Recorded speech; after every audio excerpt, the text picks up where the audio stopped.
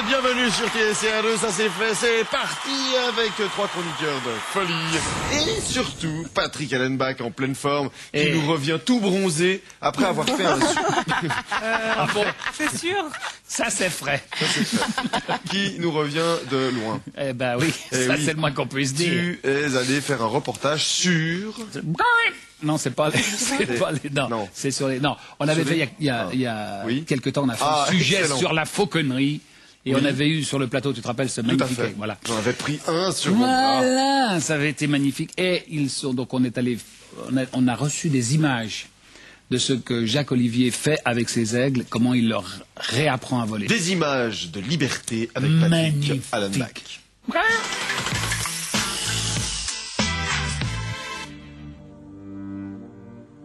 Là, je suis venu aujourd'hui avec Sherkan, un des 2 aigles qui fait partie du programme Les Ailes de la Liberté qu'on a initié il y a maintenant 15 mois et qui consiste à permettre à des oiseaux nés en captivité, n'ayant pas eu l'occasion de voler, eh bien de réapprendre à voler et puis de découvrir et de réapprendre à utiliser un milieu qui était le leur à l'origine, l'air. Alors ça peut paraître paradoxal, mais moi depuis 12 ans que je suis fauconnier professionnel, je me suis aperçu qu'il y avait un certain nombre d'oiseaux qui étaient en captivité, souvent afin de se reproduire, et puis qui pour des raisons X ou Y n'arrivaient pas à se reproduire et qui passaient finalement une vie un peu tristounette en captivité. Alors l'idée m'est venue d'essayer de donner une deuxième vie, une deuxième chance à ces oiseaux, et à partir de là d'essayer, en même temps qu'eux d'ailleurs, puisque moi je ne volais pas, d'apprendre à voler avec eux, ce qui m'a permis de mieux comprendre les difficultés du vol pour un aigle. Et puis comment on peut réapprendre à un aigle à voler. Alors ça a été long, il a fallu 1 an exactement entre le moment où l'oiseau est arrivé, il n'arrivait pas à faire 30 mètres, faut bien comprendre, c'est un petit peu comme si vous avez toute votre vie mis sur un lit d'hôpital et puis d'un seul coup on vous dit qu'il faut courir le marathon, je peux vous assurer que vous allez avoir du mal à aller au bout.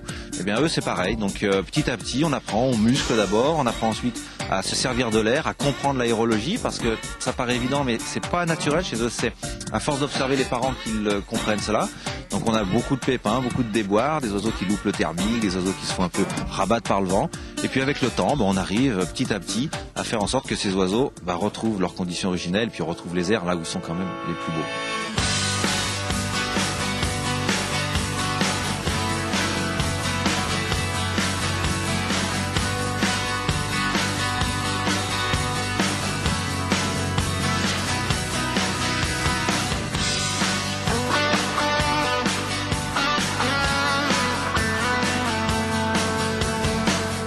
Moi, les oiseaux m'ont tout donné. Je veux dire, dans ma vie professionnelle, j'ai eu la chance de voyager dans le monde entier, de rencontrer des gens divers et variés et de faire mes spectacles un peu partout. Et je me suis dit à un moment que j'aimerais quand même bien leur rendre un petit quelque chose et c'était ma manière de leur rendre.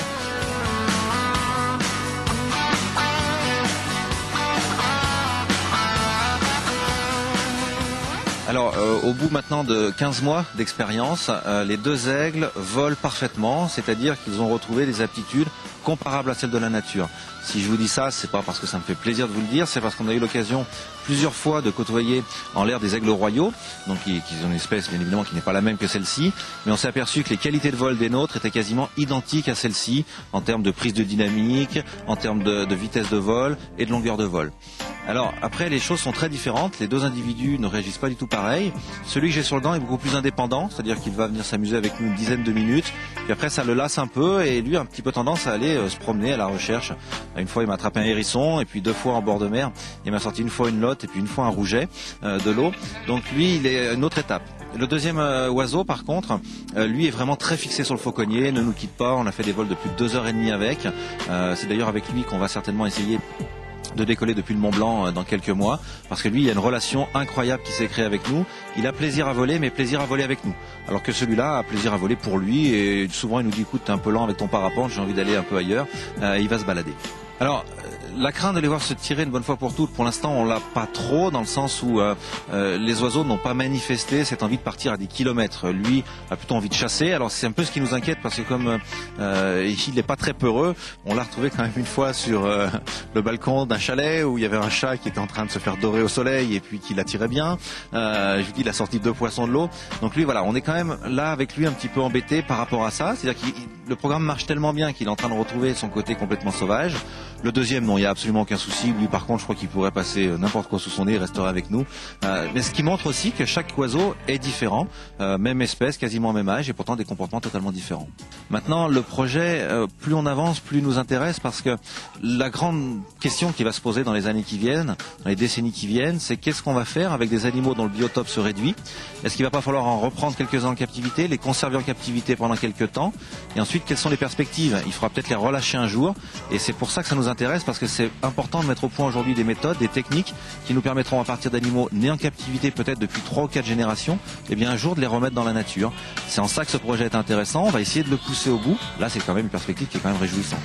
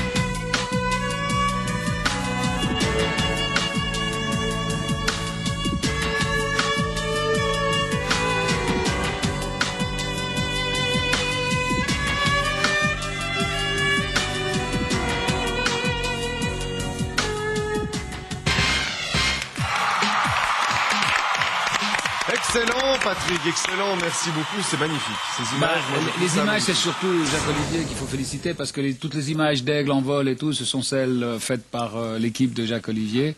Ouais, tu vas sortir t'espères sortir un documentaire sur ce. Oui, on prépare un documentaire pour septembre sur toute l'expérience, 52 minutes. Ouais. Cet aigle-là qu'on voit, qui s'appelle Sherkan. Sherkan, en fait, il est resté 12 ans en captivité. Ouais, lui était en captivité depuis 12 ans, on l'avait mis en reproduction et malheureusement il ne reproduisait pas. Je vous raconter l'anecdote avec pour cause, puisque la personne avait mis 2 mâles ensemble. Mais cela dit, c'était une anecdote.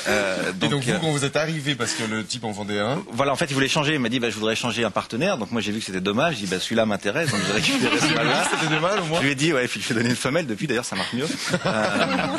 Mais bon, ça, c'est vraiment l'anecdote. Ça n'a pas grand intérêt dans le projet. Mais donc j'ai récupéré ce mâle qui avait passé 12 ans en captivité et j'ai passé 1 an de travail dessus pour le remuscler, pour lui réapprendre ce que c'était que l'air, parce que ça nous paraît, nous on regarde l'air, ça ne bouge pas, mais pour un oiseau, il y a des vents contraires, il y a des ascendances, il y a des... Parce qu'il volait quand même, mais sur des distances dans sa volière, bien sûr, il avait une volière, il pouvait voler sur 20 mètres. Et donc forcément, il n'est pas habitué à des longues distances, et puis surtout à se retrouver, je pense, en altitude, face à justement de l'air... Oui, la première chose, c'est que physiquement, son système cardiovasculaire n'était pas adapté, c'est ce que je vous dis. Si vous passez 6 mois, vous, sur un lit d'hôpital, et je vous dis de faire le marathon, vous allez voir, vous allez mettre un moment avant de le faire.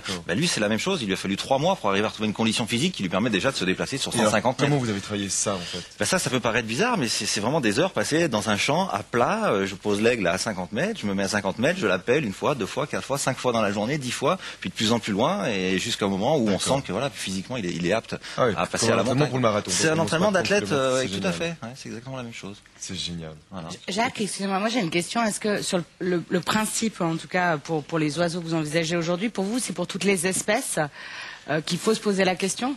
Alors, moi je suis un spécialiste des rapaces. Ce qui est sûr, c'est que pour les rapaces, jusqu'à présent, on a réussi à remettre dans la nature ce qu'on appelle des charognards, c'est-à-dire des animaux qui n'ont pas besoin d'acquérir des techniques de chasse. Des vautours, ça a très bien marché, le gypaète barbu en Suisse, en France, ça fonctionne bien. Pas longtemps, un gypaète.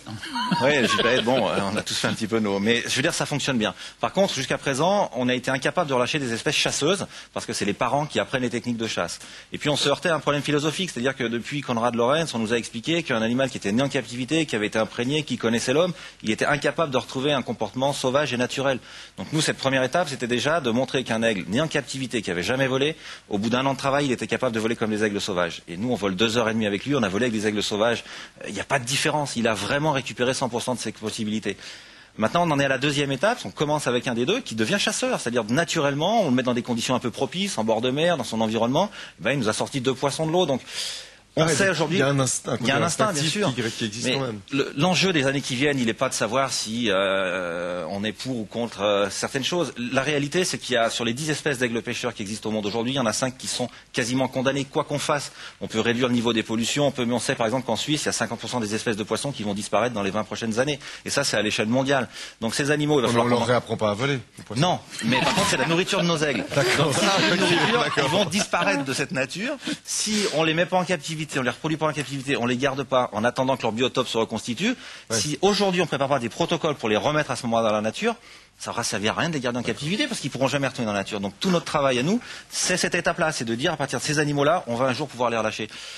Il y a un an, tout le monde nous traitait de fous. Aujourd'hui, les gens regardent nos travaux en se disant, ils ont peut-être trouvé quelque chose qui est intéressant. Et moi, je suis persuadé que d'ici, si on nous laisse encore un an et demi, on sera en état de relâcher nos premiers aigles dans la nature. Puis ça recrédibilise quand même, parce que c'est vrai que on parle évidemment de tous les animaux sauvages qui sont gardés en captivité. On a tendance un peu à... Enfin, les gens l'ours blanc a un peu de chance de survivre si on le laisse dans son biotope actuel. On va quand même avancer un petit peu, puis on reviendra encore sur d'autres questions, parce que j'ai plein de questions à vous poser. Léna, tu as des images à nous montrer. Oui, ça. Voilà. Donc c'est vrai que ce que fait Jacques-Olivier, c'est super. Et on peut aussi voir ça ailleurs, un peu plus loin. Le parc qui se trouve à Kinsheim propose ça depuis 1968. Donc ça fait un bon bout de temps. Donc la Volonie des aigles de Kinsheim, ça se passe dans un château. Et alors j'en ai parlé avec Jacques-Olivier. Apparemment c'est juste magnifique l'endroit. Moi j'y vais tout bientôt. Mais j'ai pas encore pu voir ça de mes propres yeux. En tout cas, on a quelques images. Là, on voit effectivement que le site déjà est impressionnant. C'est quoi, c'est une sorte de grande volière ou bien c'est... Non, en fait, c'est un vieux château médiéval qui... La fauconnerie, à l'origine, est quasiment médiévale en Europe, donc ils ont reconstitué cette vieille tradition dans un château médiéval. Le site est magnifique. Ils ont une très belle collection. C'est vraiment un des plus beaux spectacles qu'il y a en Europe actuellement. Léna, tu vas encore nous parler d'aigles et de médiéval. Mais oui, parce que j'adore ça. Alors j'ai plein d'idées à vous proposer. Il y en aurait encore beaucoup plus. Il a fallu faire une sélection. Pourquoi pas les grandes médiévales d'Andilly. Ça se passe en France, pas bien loin de Genève. Franchement, vous y serez très rapidement. Et c'est juste énorme pour tous ceux qui adorent l'époque médiévale. Il y a des spectacles de fauconnerie, également des joutes équestres. On peut manger comme à l'époque, on peut aller aux toilettes comme à l'époque. Et au niveau des spectacles de volerie, alors ça, Jacques-Olivier va pouvoir nous en parler très bien aussi. Oui, parce qu'il y est, lui. Oui, voilà. Mais on a quelques images donc pour se faire une petite idée. Ça se passe à Andilly. Voilà. Et là-bas, vous les faites voler aussi.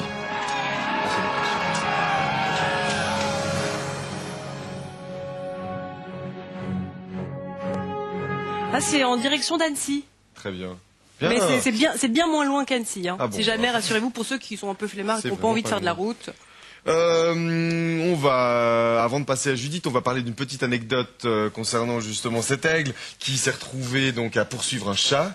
Est-ce que vous pouvez nous raconter toute l'histoire? Donc en fait, il s'est retrouvé un moment dans un chalet. Ouais, c'est amusant en fait. On était en tournage avec 30 millions d'amis, donc l'émission française. Et donc on part en parapente avec l'aigle et puis on vole 3 minutes et d'un seul coup l'aigle plonge. Alors évidemment il plonge plus vite que nous, donc on est descendu tranquillement, le temps de plier la voile et de commencer à chercher l'aigle. On arrive dans le village et là il y avait 6 gendarmes et 3 pompiers qui étaient au milieu de la route, qui bloquaient toute la route. Et là on a compris qu'il y avait peut-être une chance que ce soit notre aigle. Et en fait l'aigle avait vu un chat, avait été rentré par la baie vitrée en poursuivant le chat. Il y avait une dame qui lisait son journal chez elle, donc elle a vu arriver l'aigle, donc elle a pris peur, elle s'est sauvée en courant. L'aigle, lui, il s'est retrouvé un peu bête, et il y avait des babouches qu'elle venait de ramener du Maroc et qui ressemblaient beaucoup à nos gants de fauconnier, donc il s'est posé sur une babouche, il a mangé la babouche, et quand on est arrivé, ils étaient tout contents qu'on vienne récupérer l'aigle, parce que ça avait quand même fait... Et le chat, il était où? Le chat n'avait rien eu, il s'était glissé je sais pas où, on a retrouvé tout le monde entier, donc voilà, il nous en a fait quelques-unes. Bah, j'imagine. Judith, oui. Diaporama. Oui, quelques images de rapaces, parce que c'est vrai que, bon, évidemment, quand on est spécialiste, on les distingue très bien, j'imagine. Pour les autres, bah, c'est bien d'avoir une petite idée des différentes espèces, justement, qui existent et de leurs différences. Bon, sur les images, on voit bien les différences, d'ailleurs.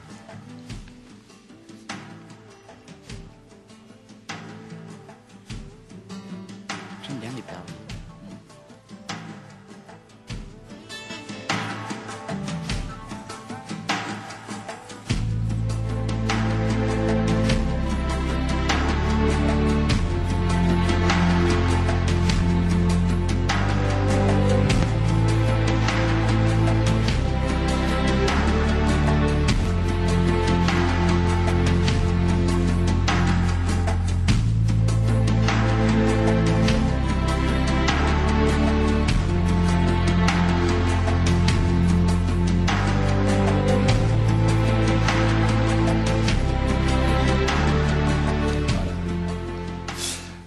Moi, j'ai juste une question. Alors, la dernière fois, on a parlé de la vitesse de ces volatiles. Alors, l'aigle, tu nous avais dit que c'était... Environ 200 km/h en piqué. Et on vient de voir un faucon dans le diaporama. Et quelle vitesse du faucon?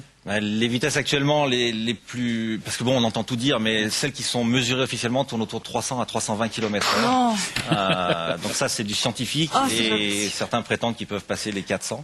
T'as pas envie qu'ils te tombent dessus, hein? Non, ça va très vite. Et la buse?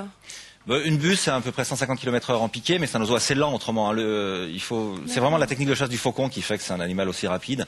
On a vraiment l'impression d'une goutte d'eau qui descend du ciel, et je dis tout le temps, la première fois qu'on voit un faucon chasser, on le voit pas, on l'entend, tellement il y a le sifflement de l'air dans les plumes, même quand il passe à 100 ou 150 mètres, c'est impressionnant.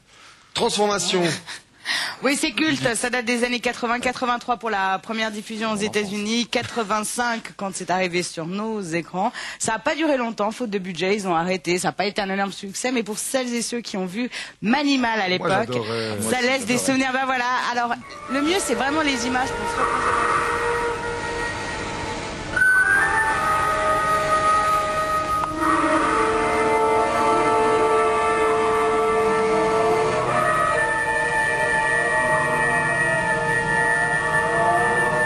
J'adorais à l'époque, je peux dire qu'à revoir ces images, ça quand même un peu vieilli quand même. C'est les trucages des années 80. Il faudrait le refaire en 2008, ça serait mieux au niveau des images. Donc pour les plus jeunes, très rapidement, c'était un criminologue qui avait la capacité de se transformer en animal, en panthère, en aigle, en serpent, en dauphin. Enfin, voilà. Et parfois même en blatte.